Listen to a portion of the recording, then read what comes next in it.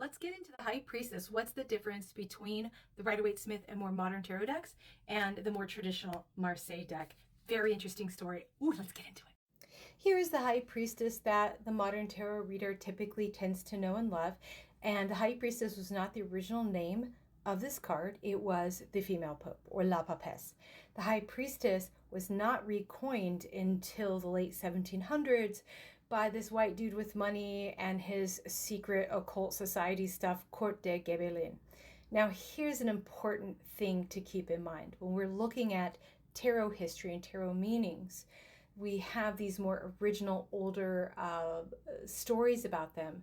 But then through the 17, 18, and 1900s, there was a lot of quote-unquote whitewashing by rich white occultists who basically reshaped the tarot in the image of whatever their belief set was.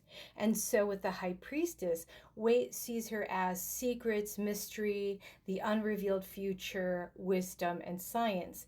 And that's interesting. I don't think most modern readers see the High Priestess as an arbiter of science.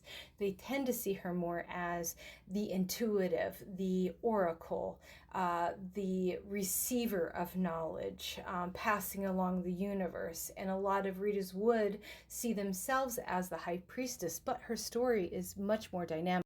In fact, Arthur Waite denounced the rumors about the High Priestess and said she was not Pope Joan, that she came from a secret cult of Astarte.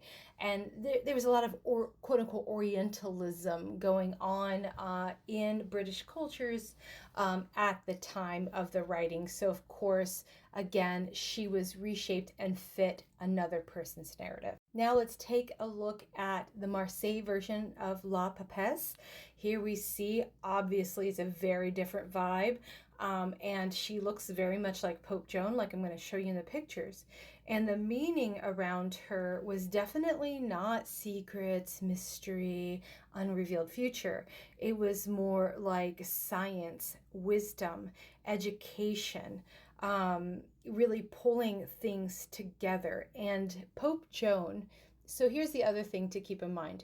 When we're looking at tarot history, you're going to probably get within striking distance of truth if you can follow the miracle or mystery plays that were happening throughout Europe in order to convert a non-Latin speaking and illiterate population.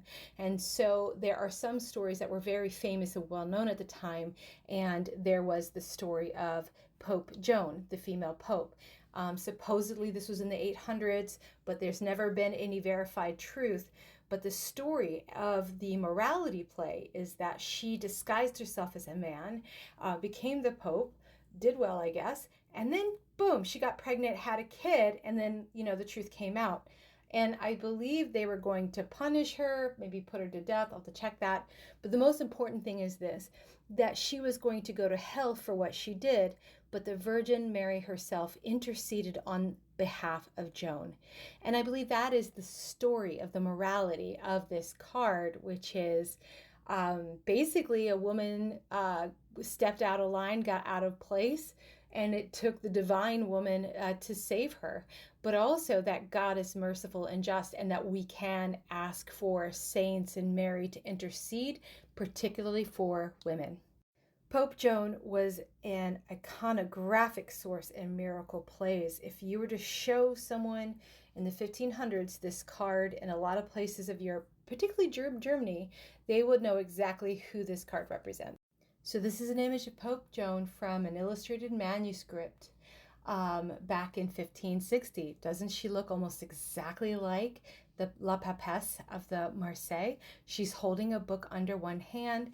She has the cape or the robe of regency. She has the same exact crown, which we can get into more detail, but that is a conversation for another day. And in fact, I believe that this image is probably prudence. So in tarot, there are 4 cardinal virtues, and there's been some disagreement about prudence as the High Priestess or the female pope. But I'm going to argue that this is a pretty strong argument, and here's why. This is I don't know how old this book is, but it's in the medieval times. And as you can see, this is depicted as Prudence. And you see she has a book in her hand. She's reading from it, and she has a crown in the lower left-hand side. And in the upper left-hand side, she is in the chariot taking her to heaven. So prudence is wisdom, insight, practical wisdom. It's just having a well-rounded sense of what things are and how to apply those things rationally and helpful for the good of all. So prudence has made some historical shifts. Like we see prudence as, oh my God, you're a prude, you're just not going to do anything. But that's not actually what prudence means. Prudence takes from more classical Greek sources as well as the Bible of Sophia, or wisdom. And so when you look at these two, it's a very different vibe. One of them is, oh yes, the Oracle of Delphi, the wise woman, the witch in the woods, the one who gets the lunar wisdom, the miracles. But in the female pope, which is really kind of, I think, prudence, we see much more leadership and a combination of intuition as well as education to apply practical knowledge.